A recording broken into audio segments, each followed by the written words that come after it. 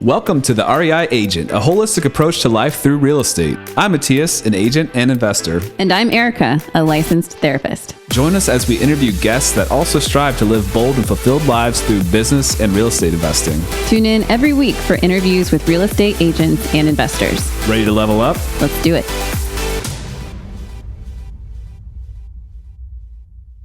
Welcome back to the REI Agent podcast. This is Mattias. My guest today is Dan McDonald. Dan is a house hacking expert out of Boston, Massachusetts. He has done it himself, and now he is niching into that space to help his clients buy these properties. House hacking is really simple. It's basically leveraging your primary residency and renting out part of it. So that could be that you're buying a multifamily, that could be that you're buying a house and renting out rooms. It really depends on what you're comfortable with, what your market has, and what you can afford. So it's a really, really good strategy for getting started because, if you buy a primary residency, the terms are just better. Okay. So even if you're putting 20% down, which you don't have to usually, you will have a cheaper interest rate than usually what a primary residency would be. On top of that, an investment property would be. So on top of that, usually you can put less down. And so it's an easier, lower bar to entry. So you could be putting down 3.5%, 5%, even 100% if you are in certain areas like USDA, rural areas, or if you maybe are a veteran, you could have a VA loan do that for you. And that's important because that would allow you then to rinse and repeat. You could more quickly save up for the first one and then more quickly save up for the next one. And you can see how you could start building up a portfolio that way. But in that conversation with Dan, and it just reminded me of my own personal journey, we talked about debt and kind of like this fear around it. And I thought it was a good thing to talk about now, kind of leverage and my journey in it. If you follow this podcast, if you listen to some of our early episodes, Eric and I both kind of went through the Dave Ramsey school when we were newlyweds. We added up all our debt in the airport on the way back from our honeymoon. She had over $100,000 and I had about 20. So mostly student loans. And so we I primarily was like, I don't want this hanging over our head. I want to pay this off as fast as we can. And so we really buckled down and we paid it off in about 3 years, making very much money. So it was a lot of sacrifice, a lot of dedication, a lot of extra hours, of extra work.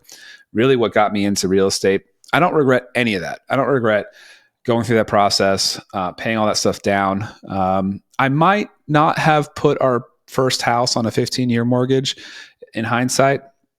It was a better interest rate. The payment was about the same because we were losing PMI, and it was FHA to conventional, and we lost PMI. So like our payment was roughly the same to get onto a 15-year mortgage, but our house has really not cash flowed well since we kept it as a rental since. So all that being said, I really, for the most part, don't regret that whole period of time. But my relationship with debt has really changed, has really grown over the course of the years. And it's been this lingering thing inside of me about debt being kind of bad. I wanted to keep my expenses low, et cetera. And in the podcast, I mentioned this, but the last time we refinanced our house, our current primary residency, we got like a 2.7% interest rate, something just absurdly low, right?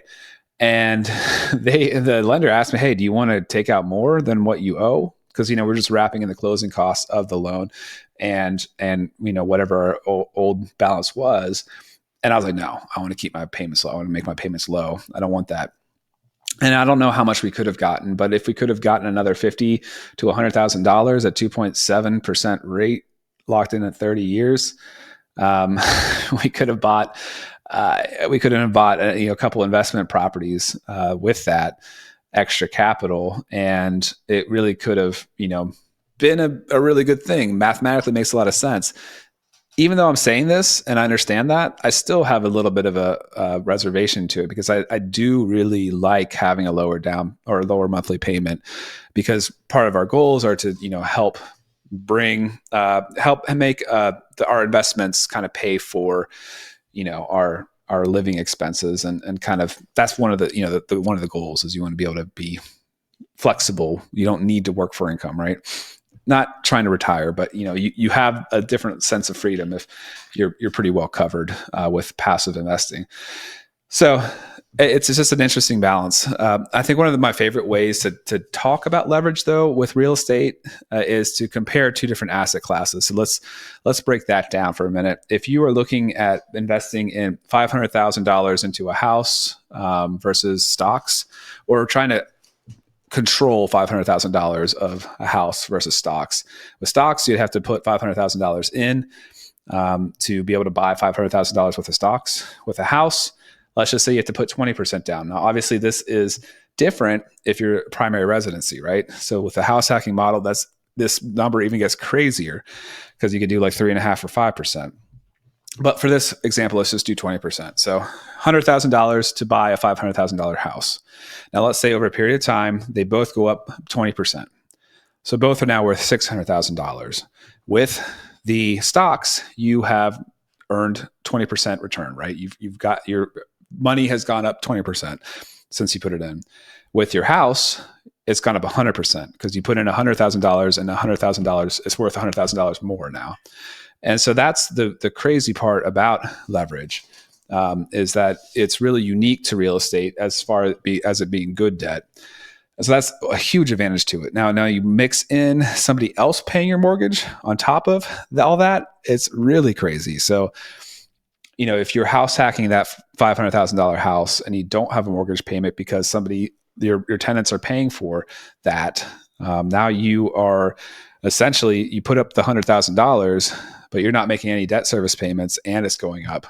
So when it goes up that 20%, you've just been kind of coasting in order to get to that $600,000, that 100% appreciation value. So it's a really cool strategy. And that's one of the reasons I love real estate, is that it's just unique compared to other things. And the use of leverage really helps that.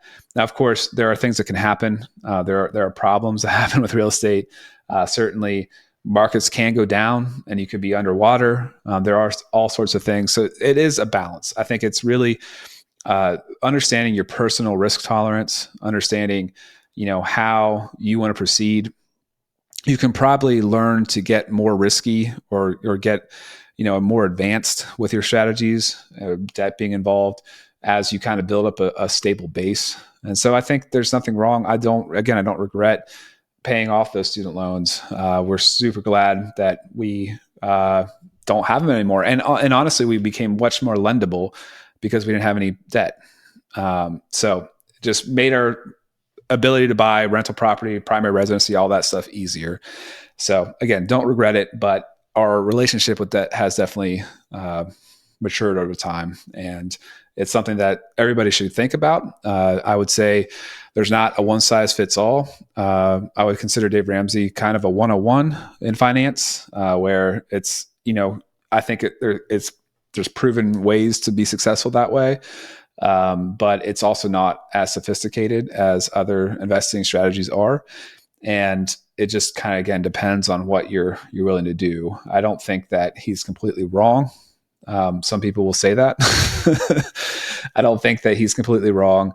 And I think it's a good thing for some people, especially if they are in a really bad position and need that clear steps and clear guidelines of how to have their personal finance. But that being said, I think it can also be something that you can grow out of, and you can get a little bit more advanced, and you can still not be super risky with your investments. For example, putting your house on a 30-year fixed mortgage is not necessarily a terrible thing.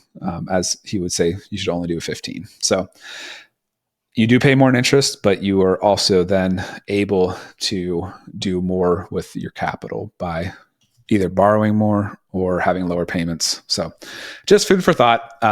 If you have any of those thoughts about this kind of your debt tolerance, what you believe, I'd love to hear them. Feel free to give me a comment somewhere wherever you're listening to this. I'd love to chat back and forth. I know YouTube definitely has the comment option. So without further ado, we have Dan McDonald. Welcome back to the REI Agent. I have the honor of having Dan McDonald here. Dan, thanks so much for joining us. Yeah, thanks for having me. You are coming out of Boston, is that correct? Yep. Just a little bit north of the city. Okay. And have you also been having a terrible winter or a great winter, depending on your perspective? Terrible winter. It's been honestly the last couple of years. I mean, I grew up in New England, so I'd like to say I'm used to it, but I'm not. And the last couple of years have been fairly mellow, but this year it's just like a never ending cold tundra and a sheet of ice. And yeah, it's tough. It's tough. Yeah, I think I'm normally pretty chill and go with the flow with things, and weather usually doesn't really impact me. And my wife is a therapist, and she recently, or when we got together, she discussed what seasonal depression disorder was and how she probably had it. And I feel like I'm feeling that. Like I feel like I get it now. Yeah, I don't think you're alone. I think it's between that and the realization that I probably should have invented ice melt and I wouldn't have to do anything ever again. But other than that, yeah, it's been tough. Yeah, totally. But hey, hopefully we won't have too many. I think next week for us is going to warm up, and I always look forward to those weeks where it's warm again. But I'm hoping that it won't be one of those like the next week you had a ton of snow again and it just kicks you in the face. So yeah. Enough about the weather. Dan, you are an awesome person to talk to. I think one of the strategies I love to tell people to get into is house hacking, especially if they're, kind of in a more easy, like a life phase where they have less tying them down. So if you're young, getting started in real estate, it can be a really awesome strategy to start building up a portfolio. But tell us a little bit about how you got into real estate in general, and then kind of your path into house hacking. Yeah, so essentially for me, I've always, including growing up and stuff, have definitely been interested in the idea of real estate and investing. I believe it's always been something great to just diversify your portfolio. So it's always been in the back of my mind, but it wasn't until I finished grad school, came back to Boston, and just really started diving into real estate investing and telling myself, man, this is something I want to do in like 10 or 20 years when I get all this money and I can actually buy something. And then I started to learn more about house hacking and just the idea of like, yeah, I don't need all this money. And granted, you still need money, but I don't need as much money as I thought I did. In fact, I don't need anywhere near as much as I thought I did, even in an expensive city like myself. And so it really just kind of came like this. That was it. That was that signal, that like burning desire where it's like, okay, this is what I want to do. I'm tired of paying someone else's mortgage. I, see how this can work for me and my lifestyle. And I just went full steam ahead on it. Okay. What'd you study? So I was a psychology undergrad, and then got my master's at the University of Georgia in marketing research. So nothing real estate related, completely unrelated. But I'm a person who believes that you can have multiple streams of income and revenue and diversify your life just as much as your portfolio. Yeah, totally agree with that. And I was just talking about like the differences in education systems in Europe and here, and how you're kind of like on different tracks from like middle school on, where you're kind of going on the university route versus like a trade route. And I was in that conversation, I was asking, like, I wonder what percentage of people actually like use their undergrad degree in their career that they end up in. And it's not that it's not helpful. I think, I studied psychology as well, but I very much value my college education, but it's just interesting. Yeah, for sure. And it almost feels like college might be kind of like the new high school. And then maybe more people would actually use their grad degree if they pursue further education. But I'm guessing that's obviously not everybody either. So yeah. But anyway, yeah. So that's what you said, that the Boston area is a little bit more expensive. I'm curious about what your median sales price would be roughly. If somebody's looking to get a house hack, what kind of price range are they looking at? Yeah. So how Boston's basically set up is it's a small city. It's an awesome city. I'm obviously biased towards that. If you're within kind of those city limits or pretty much in the neighborhoods, that surround it, I mean, if you're looking at a duplex, like you're looking at least 800,000, Mm-hmm. like, and up. And the closer you are, the more work it's going to need and the more expensive it's going to be. So, my wife and I started looking, and we were looking in those city limits per se. And, we were putting in offers. We were putting in pretty high offers on, houses that needed a lot more work, but they were closer to the train and everything. And then we started to branch out a little bit. So now we're about 30-minute train ride to the city. Mm-hmm. So still a great area if you're commuting or anything like that.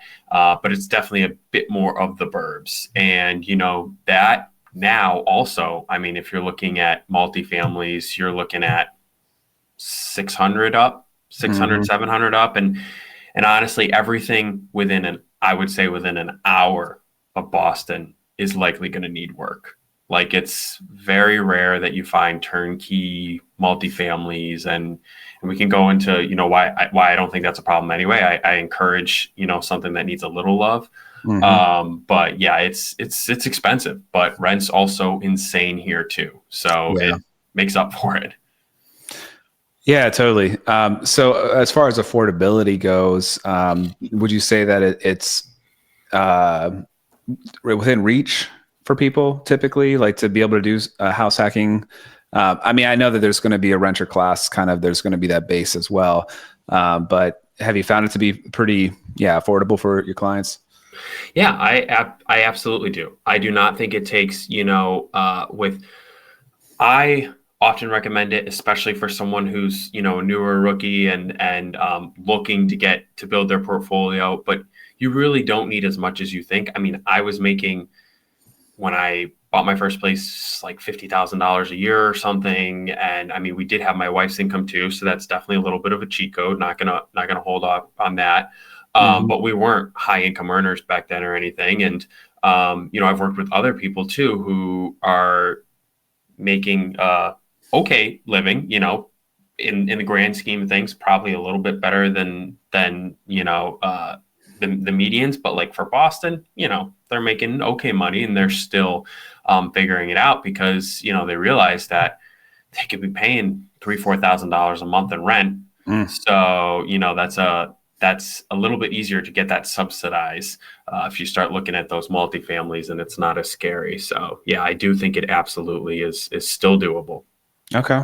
That's good to know, because I think that, it really depends on your market. If I'm looking at, across the whole country, there's such a vast difference from, Midwest to like, LA or San Diego or something.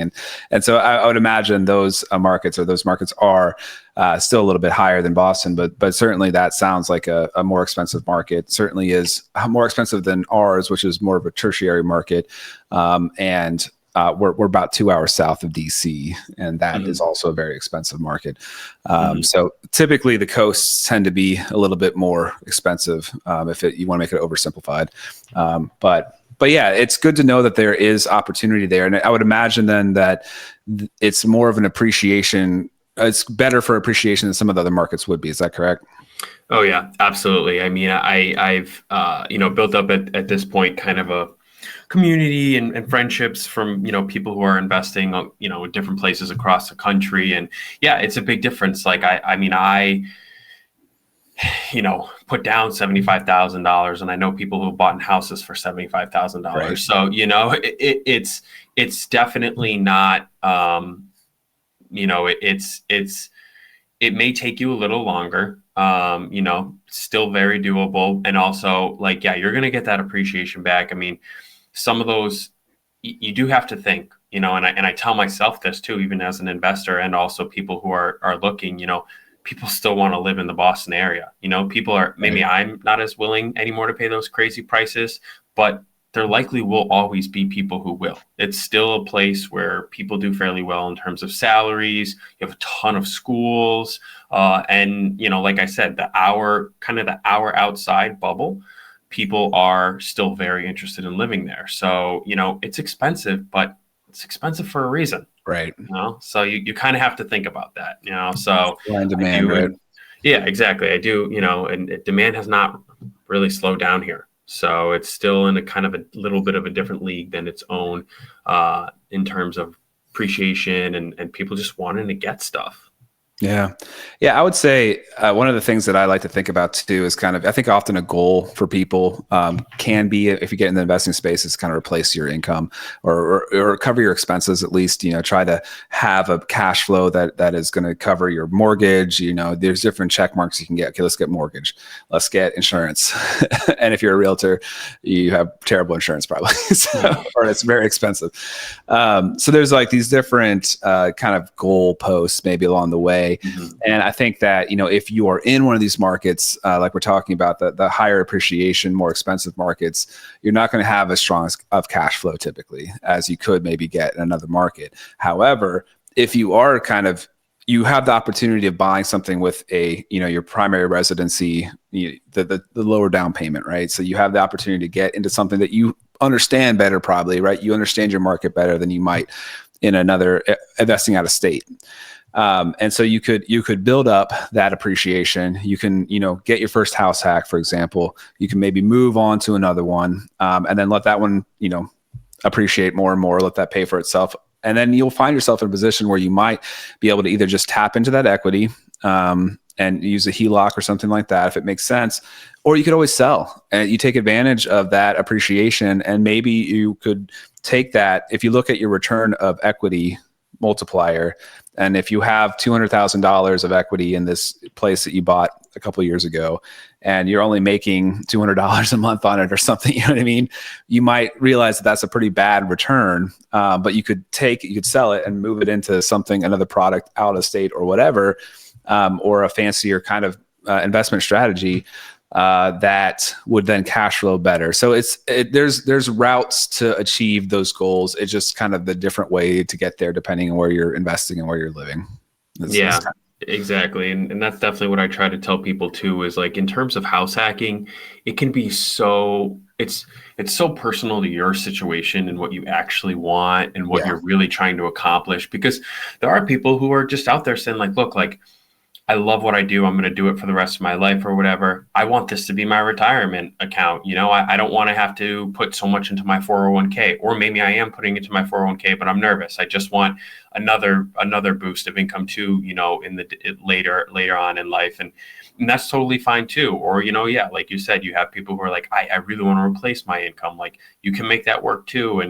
And house hacking, the thing that I think is so powerful about it is it's just so customizable to anyone. No two house hacks have to be the same, or usually are the same, and you can absolutely shape it however you want. You can get as comfortable or uncomfortable as you want. You can turn so many different dials that it's just, I really think it's great for a rookie investor across the board, just because, like you said, like, building up some of that equity, that appreciation, maybe a little cash flow here and there. And then, maybe you do sell, maybe you move on to the next thing, maybe you 1031 exchange, whatever it is.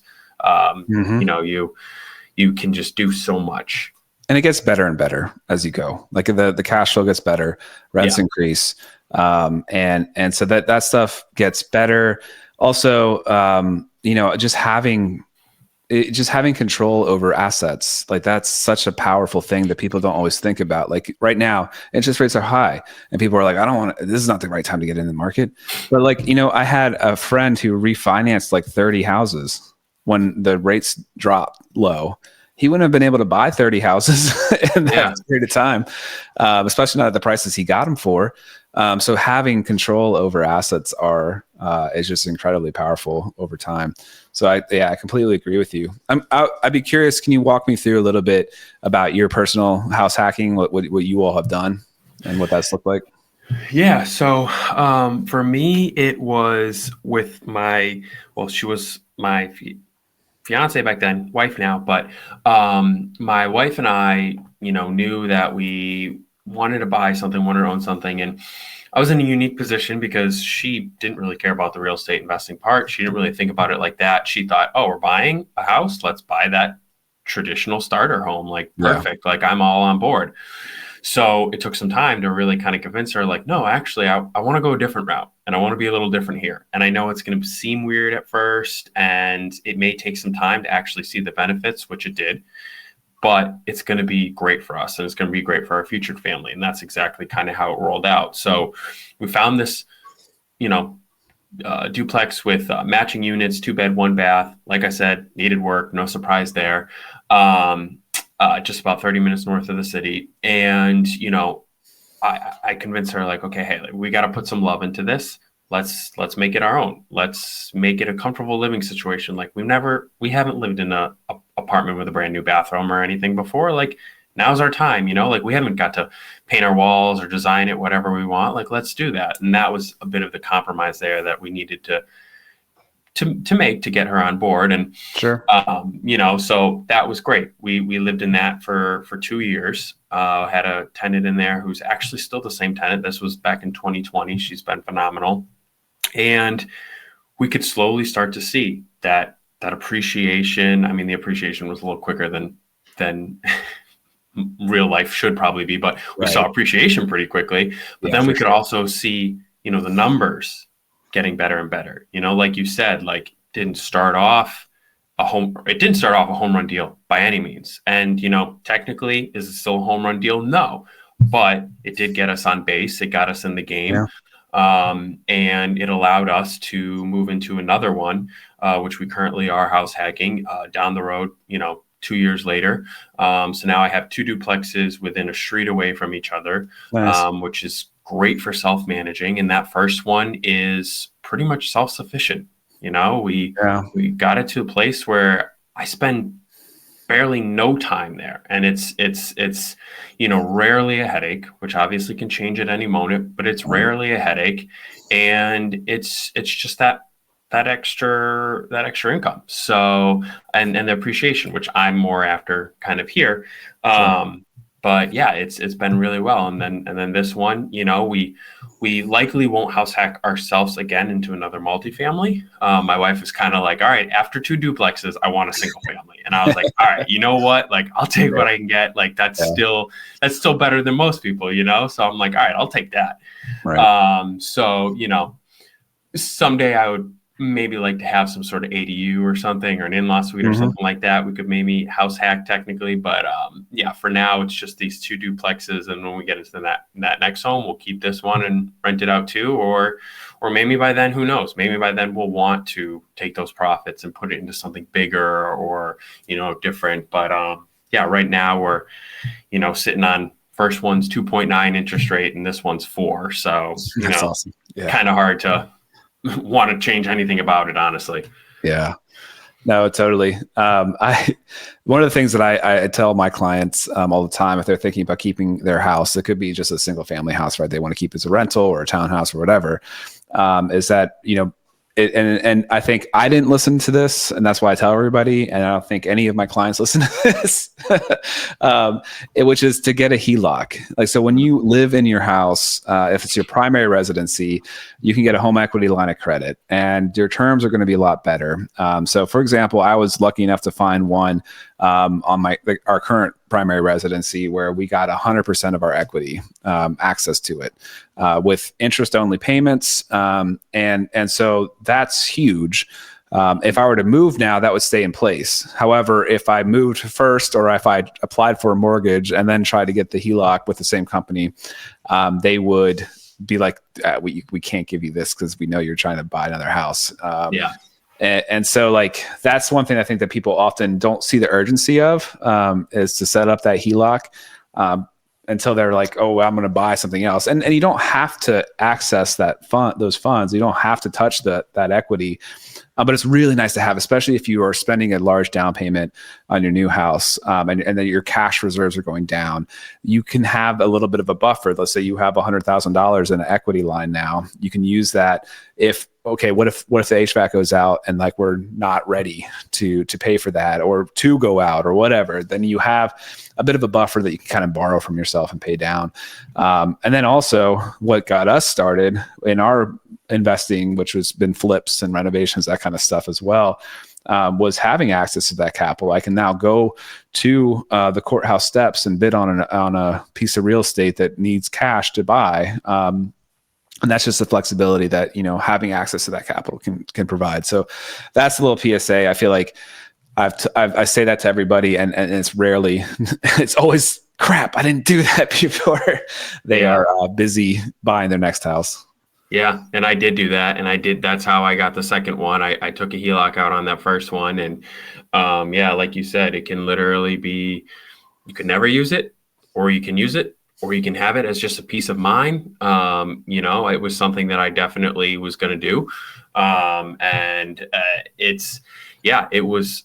It was definitely a game changer in terms of getting that second one.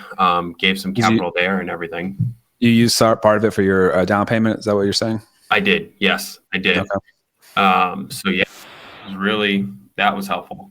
What was your strategy then for paying that down? Did you analyze how the numbers looked with having that extra payment with the HELOC, et cetera? Tell me more about that. Yeah. So one of my rookie mistakes, which I wish I thought about a little bit better, was just how much interest rates would change on it. That's the only thing. Sure. Two things that I kind of regret. One, I regret not actually taking out as much as I could. At the time we were living in that first house, and I just told myself, and it was a little bit of a mindset issue there, but it was like, I don't want access. Like, I could have done like $100K, and I was like, I don't want access to that much money. That makes me too nervous. Yeah. I don't want to risk it. I don't want to, and I've never even been that type of person to kind of spend irresponsibly or anything, but I still was just like, you know what, let's not tempt fate here. And so, I only did 50 or 55. And so I do regret that. I wish that I just did that. So again, I could say I have that, that line in case things do start to happen. But then also too, when I first did it, my interest rate on it was 4% or something. Yeah. And now it has gone up to 9%. So I would tell anyone, and thinking about that for sure, definitely plan for that. Make that a part of your payment structure, make your thoughts there, and then you have to ask yourself again, and this is just house hacking in general and debt and leverage in general and investing in general, but how comfortable are you with it? Does that make you nervous to have that debt? Is that something that are you going to want to pay it off as soon as possible? Okay, then make a plan for it. Are you cool if it sits there for a little while? Are you not concerned? Are you making enough that it's worth it still? So that becomes a bit more of a personal issue and your, preference on debt. But for us, it was really just, this makes sense for where we were in life and where we wanted to be. We wanted a bigger space. We wanted to start our family, which, we did and everything. So we needed more room. We wanted to have that be a full rental. We weren't at a position where where we really could afford a single family monthly payment. It would have been a lot. We needed the help with, subsidizing our mortgage and stuff, which is exactly what this did. So it's really kind of again, it's just so personal, and you have to figure out what it actually means to you to use that. And I think you're a really good point you made is having access to it gives you options down the road. And choosing how much you use of it is different. That's what you're talking about. That's how much, you need to feel personally, are you okay with? One of the things that I did that I think is dumb was I refinanced. Our current house, we had started off with maybe a 5% or 4.5% interest rate. Then it went down to 3.5%, and now we're at 2.7 or something. So we refinanced every year for 3 years in a row. And anyway, but the last one, they were do you want to take out more? Or do you want to take out the max? And I was also had that debt aversion. And in hindsight, it's so dumb. When will we ever see that kind of rate again? And that would have been locked in 30-year fixed, right? Yeah. I don't know how much more I could have gotten for it, but it just, that is something that could have, accelerated us a little bit further. But at the same time, I really appreciate my monthly payment. I really like where it's at. It's easier to replace. So it is, like you said, it's very personal on your how you view debt, how you feel secure. And so I think that's true. You really need to focus on what makes you feel secure and what you're comfortable with, and optimizing everything, leveraging everything isn't always the best route for you. Yeah. Yeah. So now you're focusing on niching into helping others house hack. So tell me a little bit about that. Yeah. So honestly, like I said, when I had that initial kind of light bulb moment, that this was great, and that, this was actually doable in such an expensive place, such an expensive state in general, I was like, I became pretty passionate about it. I became pretty passionate about telling others about it.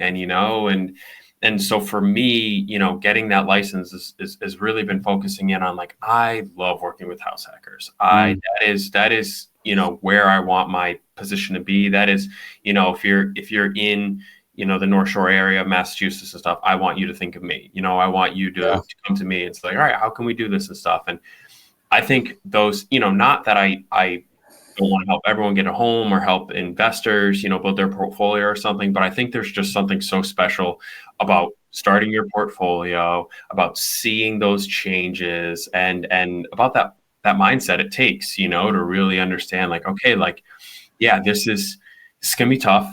I'm going to put in the work. I'm going to put in the, the time and the effort. And, likely if you're younger, you're probably going to put in more money than you ever thought you would. But, Sure. it's one of those things where it's really fun to help people there. And that's why, I love talking about it. And even people will come to me, like on Instagram and stuff, who aren't in my area or whatever, but they'll still have questions and stuff. And I just love talking about this stuff. I could talk about it all day. And it's fun when you start to really help someone locally and they're like, oh yeah, like this is starting to make sense. And I'm feeding into that too and stuff. So yeah, so it's been fun. That's awesome. I'm curious if you could like give an elevator pitch. Like, let's say, your rent cost is this. If you were to buy a single family house or just whatever, if you're going to buy, your mortgage would be this. If you go this route, your cost is going to be this XYZ roughly, and then your ending your payment will be this. It's to compare and contrast so that people kind of understand what real world numbers look like for this kind of thing. Yeah. So, I mean, from a very oversimplified perspective, sure, what I really try to tell people at the end of the day is because we're also in such an expensive area is, hey, would you be excited to pay your current rent right now that you're paying, that current number, say it's $2,000 a month? Would you be excited to pay $2,000 a month or less if you owned the property? Is that something that would, excite you? Mm-hmm. And then most people are like, yeah, like obvious, like, most of the time it's an obvious yes. There's of course people who don't want to own or whatever, or love renting or love, all that stuff. And that's totally fine too. Sure. But most people are like, yeah, like, of course I would like rather own it, and because most people can wrap their head around the fact that, like, okay, yeah, at least if I'm owning it, like I'm paying, myself in a way, and like, things like that, appreciating, like most people do understand the basic concept there. So usually Sure, when I say that to them, it's like, yeah, well, duh. Like, okay. It's like, all right, well, cool. Like, have you heard of this? Have you heard of house hacking? Are you familiar with the term or like the concept? Yes, no. Okay, cool. Well, from a standpoint of, let's say, when I just because my location, I typically push or encourage more like multifamily route. Now, obviously, mm-hmm, rent by the room is super like advantageous too today, especially in this area and everything. But, it's, I like to keep it kind of as high level and simplistic as possible. sure, Most people can understand, like, oh, one unit's rented and I live in the other one. Cool. I get that. That's what I'm doing now. Okay, cool. When you throw in rent by the room, like, it can make you a lot more money and it can be great for you. But it's a little more advanced. You're going to have to think a little bit more about it. So from a simple term, it's all right. Well, right now you're living in a duplex and the other side's rented or whatever.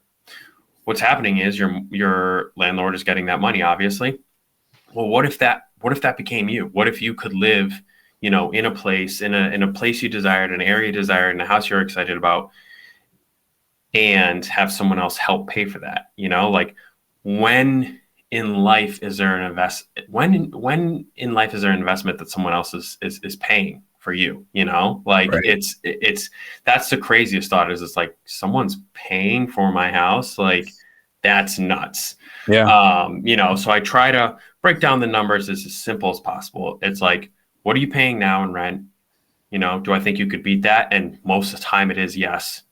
And then what do you need to get there? Okay, let's talk that. Well, realistically, 3.5 to 5% down is what I'm seeing pretty much across the board. Sure. Because house hackers are relatively younger, starting off, like they don't have, the 20%, and definitely don't around here. And I can't blame them for that. So, 3 to 5% of that down payment.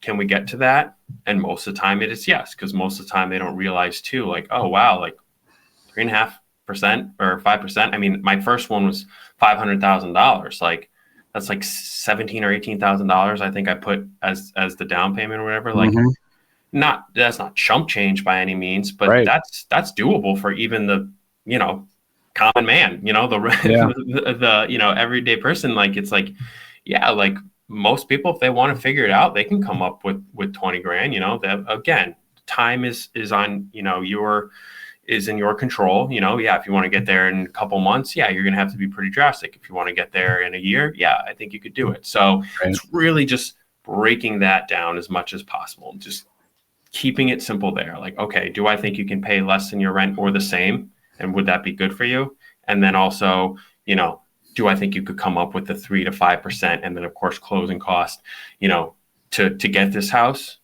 Yes.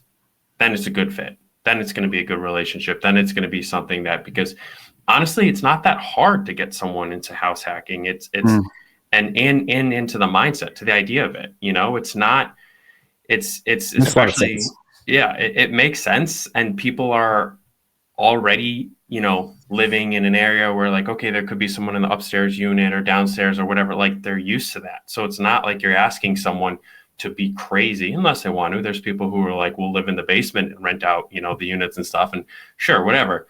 But literally, like, it's not very foreign of an idea. So it's really not as hard as a pitch as, other things could be. So walk me through. So one of the units would have to be available to move in. So we're looking at leases that, I would imagine most duplexes aren't being sold vacant. Is that accurate? Honestly, around here, a majority of them are. Oh, okay. Or they at least have one unit available. So yeah, it hasn't really been an issue that I've seen much yet. There has been a handful of times where people have had to deal with tenants or maybe inherited tenants and stuff. And in a perfect world, yes, I would rather you find a place that doesn't have tenants, so you can start fresh, make sure everything's, great. Because I mean, you could be buying a place that someone's had for 100 years and like they, have slacked in their tenant, screening and stuff like that. So for the most part around here, you'll see most of them with either it's ending soon or vacant. So yeah. That's helpful. I mean, that's helpful from the standpoint that you would need to be able to move into the house within a couple months of purchasing it for those lower down payment primary residency loans typically. But on the flip side, if there is a unit that's occupied and there's a signed lease and deposit, et cetera, you could also use that to help balance out your DTI, your debt to income ratio. So that could be an advantage, especially in a higher priced market. Yeah, absolutely. I mean, that did happen. I mean, I helped someone last year who was, it worked out that the one bedroom that they were planning on moving in anyway was vacant. So they, that didn't cause any issues for the owner occupied, rules and regulations around that. And then the downstairs was a 3-bedroom that was fully rented and had the lease ending shortly after when we would have closed. So it was like, it actually worked out pretty nicely because, he could decide like, okay, are they going to stay? Are they going to move? Should I find someone else? But from a lending perspective, they were like, oh, cool. This is already making that much. Like, yeah, no, that makes a lot of sense. It's kind of a win-win. I mean, but you're right. There's risk. I think inheriting tenants, even if they're good, there's a weird transition that happens. And I think it can be a little bit challenging, but certainly doable. And I think it's certainly something to consider if you are bumping up against that DTI where you're not going to quite be able to afford something like a duplex. I don't know what the rules are like in Boston, but what about, have you explored any short-term rentals or midterm rentals as part of that house hacking strategy? Yeah, so I actually also own a co-hosting business for short-term rentals, but they're actually in Florida and Tennessee, not in Massachusetts, which is funny. But Massachusetts is definitely like, I'm not going to lie to you, it's not super landlord friendly. And knock on wood, I haven't been in a situation yet that's scared me enough to be like, okay, never again. But it is definitely less landlord friendly than other states. Okay. Now, it's going to be very specific to town. It's going to be like my town, for example, is literally they'll let you short-term rental for 90 days or less, or if it's owner occupied, it's a different situation. That could change from the next town over that's 5 minutes away. It's, you have to be willing to do your homework. Essentially, you have to be willing to call the town and really make sure it's okay. And I'll say from the house hacking standpoint, it's likely going to be easier because you just, not that you get away with things, but you just get so much more wiggle room when you're owner occupying a property that you will likely be able to do it. Again, it's just figuring out, is the town cool with it, and figuring out if it really even works in your town. Medium-term rentals are a different ball game just because it's like, it's going to depend. The rules aren't as harsh. The town is likely not going to, ban them or anything. But so it's definitely one of those things where like you just have to really hone in on the town and the property and make sense, because even if you could short-term rental that house, doesn't make sense. Is it going to get it? Is it going to be better? Because me, for example, honestly, I would have a harder time filling my duplex with a short-term rental versus what I would realistically pull in. So it's would be a lot more effort and a little bit more of a scare, a lot more of a scare, because it'd be so many, turnovers and everything. But that extra income wouldn't be great enough. Now, some places like vacation areas or whatever, it could be substantially different. Right. The short-term rental could blow your long-term rental out of the water. But that's just where I, encourage people, you have to become a market expert just as much as your agent. You have to be just as willing to do the homework as I am, because you need to understand all expectations and reality, because it isn't just as easy as, especially in Airbnb, especially from a co-hosting perspective these days. Like, it is not as easy as it was in 2020 to throw up a piece of crap and make a ton of money and expect everything to be easy. Now it is insanely competitive. It's tough, and you have to be willing to play that game.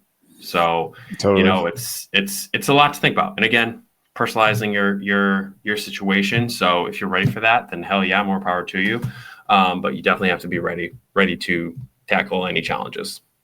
I always like to going into endeavors, seeing different strategies, right? So if they're having like plan A, B, C, whatever, that's something I think is wise to do. In this circumstance, you could always have that as a possibility down the road, but if it still makes sense as a long-term rental, there's not as much risk. Like if it only works, if you're making some theoretical figure with the short-term rental being the other half, then it's more of a risk. I mean, you got to also furnish the place, so you're adding extra cost to it. I could see like, let's just find a place that could make sense as a midterm or short-term rental in the future, but let's make it a long-term rental to start, and let's just kind of get capital back. Let's kind of like, be able to build things back and start planning for that. Midterm rentals can really work well if you have like a connection to something that would fill it. So having a contract, so that's something you could theoretically work on, and then, proceed to make, if you have like a hospital, or, that's the easy, most understood one, or a military base that you have a contact that says, we would be able to feed you, this many months usually out of the year, then, it could be a lot less of a scary jump to make after you've already bought it. But having it be a good, long-term rental as well is just great, because another big risk is they could change the laws, like you talked about it. It's very area specific, and so you could have them crack down on what your business plan is, and if it doesn't work the other way, you could be in hot waters. Yeah. And I mean, I think we are seeing that happen with people, like there was a lot of people buying places thinking that they'd make the perfect Airbnb. And then these towns are, like, never mind. We don't want our whole town to be a vacation spot or whatever. And, and so we're starting, you can clearly tell these days when something comes up that, oh, this was purchased as an Airbnb in hopes that it would make them a ton of money, and something happened, or it was harder than they thought. And, so you just have to be really willing. So yeah, like I said, I mean, I think that's what you said there is crucial. Like,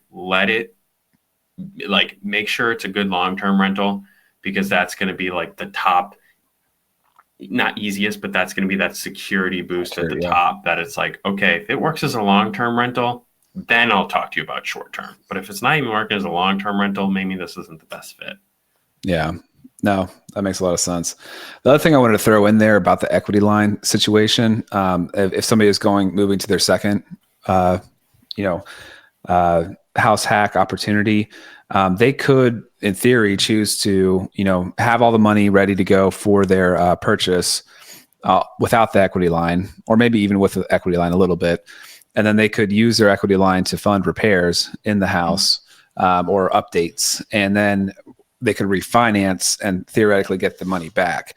And that's, the whole nother strategy that, we can get into, as well as BRRRRs, which is super powerful when you get good at that. When you start seeing those opportunities, it is, you can almost rinse and repeat. You all the capital you use to put into a property, you can get back out of a refinance, and now you have this free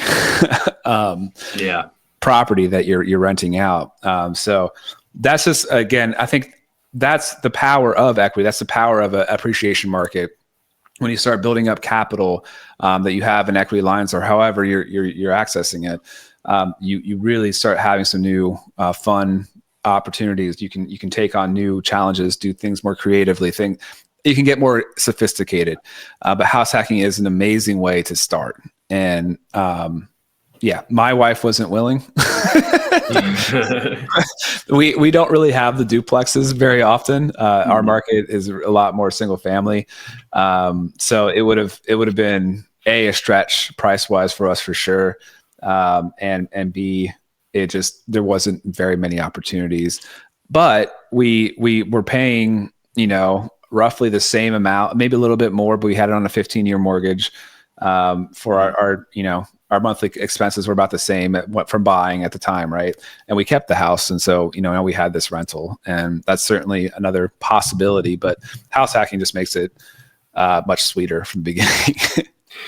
Yeah, it's definitely, and it takes away some of those risks too. So even if you're like, kind of like, man, I want to dip my toe in the water, but I don't really know if I want to be like a full blown real, investor for life and make this kind of my calling or whatever. Like this is, I think, the safest way to do that, because you may love it and be like, cool, I'm going to keep doing this. This is going to be my strategy. Or you may hate it and be like, man, I don't care about real estate. I don't want to do this anymore. Okay, cool. Sell it. Either way, you need a place to live no matter what. So at the end of the day, you need a place to live. Why not have someone else help pay for that, cover that, and take that stepping stone into really seeing like, okay, which avenue do I want to go in real estate, if any, and I mean, you can house hack one place and never again. It's okay. That doesn't have to, I mean, I do know people who literally just did that one time, and that's it. And that's all and they kept it, that's all they're really, doing. And they like, I see the value in it, but that's just not me. It's like, all right, well, cool. Like, that works. Yeah, so you buy your single family home or whatever after that, and now you have a duplex that you wouldn't have had otherwise. And it's really a lot harder to like try to save up for that single family house that's going to stretch you and keep your expenses higher, and then go back and buy a duplex. It's really just getting that ball rolling. And you're right. It's not for everybody, but man, I don't think anybody would hate having fast forward 30 years and you have 3 quads or duplexes or whatever paid for, and they're managed by somebody else if you want it, but they're just bringing in appreciation and cash flow every month. So yeah, for sure. Dan, what I got to ask about, you got really into the investing space. I'm imagining you dove into podcasts and all that kind of stuff. We always like to ask about favorite books, fundamental books, things that you currently are enjoying, or do you think, would be great for other people to read? So do you have one? Yeah, I'm going to give credit where credit's due. The book that even made this possible and a realization for me to understand that this was even a thing was The House Hacking Strategy by Craig Kurlop. That is a great, simple read for the basic fundamentals around this. And that was definitely the book that made me kind of be like, oh, like that's cool. That's good. And it's simple. It keeps things, it's definitely a bit of a how-to manual, and it gives you some examples and stuff. And he started off that route and everything. And, it was very good in kind of just getting you kind of prepared for those more tactical things about it. But I do also, I continuously read and stuff. And, if you're on more of the mindset train, I'm currently reading The Purpose Code, which is a newer book, which so far I like. I'm not all the way there yet, but I think it is great for agent or investor or just person in general who is trying to kind of figure out like if they really like this stuff, if it's really bringing them joy, and like why you don't have to necessarily be so focused on just like, okay, I'm not just going to chase money. Like I'm going to fill my cup essentially. And how do I want to do that? So that's got me thinking a lot more essentially like, all right, what are some other things? I love helping people, house hack and talk about it and stuff, but what are other like little things that can, also make me happy that I may not be giving enough attention to. And, that could go a long way, and they don't have to be these big, crazy goals. It can just be the little things that kind of keep you going and keep you energized. So that's a good one. I'm currently reading that right now. So yeah. What was that one called one more time? The Purpose Code. Purpose Code. Okay. Yes. Yeah. Yeah. And I love it. That's really what we're all about. I think that while we invest as we sell real estate, it's kind of about affording us more time, affording us more flexibility, affording us less stress to try to financial stress, at least, to enjoy life and to be able to travel and give our family experiences. So I love it. That's awesome. I'll have to check it out. Yeah. Yeah. And the house hacking one, was that under the Bigger Pockets umbrella, or is that it's his own? It's his own. It's probably, he worked for Bigger Pockets, and they probably helped publish it. But yeah, it's just called The House Hacking Strategy by Craig Kurlop, and you can find it on Amazon or Bigger Pockets or whatever. So okay, cool, those are great. Dan, if somebody wants to follow along your journey, your social media, or wants to buy something in your area, what's the best place to find you? Yeah, so I'm definitely most active on Instagram. My handle is House Hack and Hustle. So definitely most active there. Like I'll read all my DMs and stuff, and probably the easiest place to get a hold of me. So, usually there I'm talking about my own journey for sure, the ins and outs and the goods and the bads, and just so you can follow along there, my house hacking journey, also the co-hosting business stuff I do too. So, I talk a lot about that. Also. So yeah, so definitely love to help people, locally around here, house hack. And then, if you do have a short-term rental that you're kind of need some help on there too, always willing to help there. So yeah. Awesome. Well, Dan, it's been awesome talking to you. This is such an applicable thing for people wanting to get their first investment properties. And like you said, you got to have a place to live. So why not kind of maximize it, right? Yeah. But yeah, thank you so much for being on. It's been a fun conversation. Yeah, thanks for having me. Thanks for listening to the REI Agent. If you enjoyed this episode, hit subscribe to catch new shows every week. Visit reiagent.com for more content. Until next time, keep building the life you want. All content in the show is not investment advice or mental health therapy. It is intended for entertainment purposes only.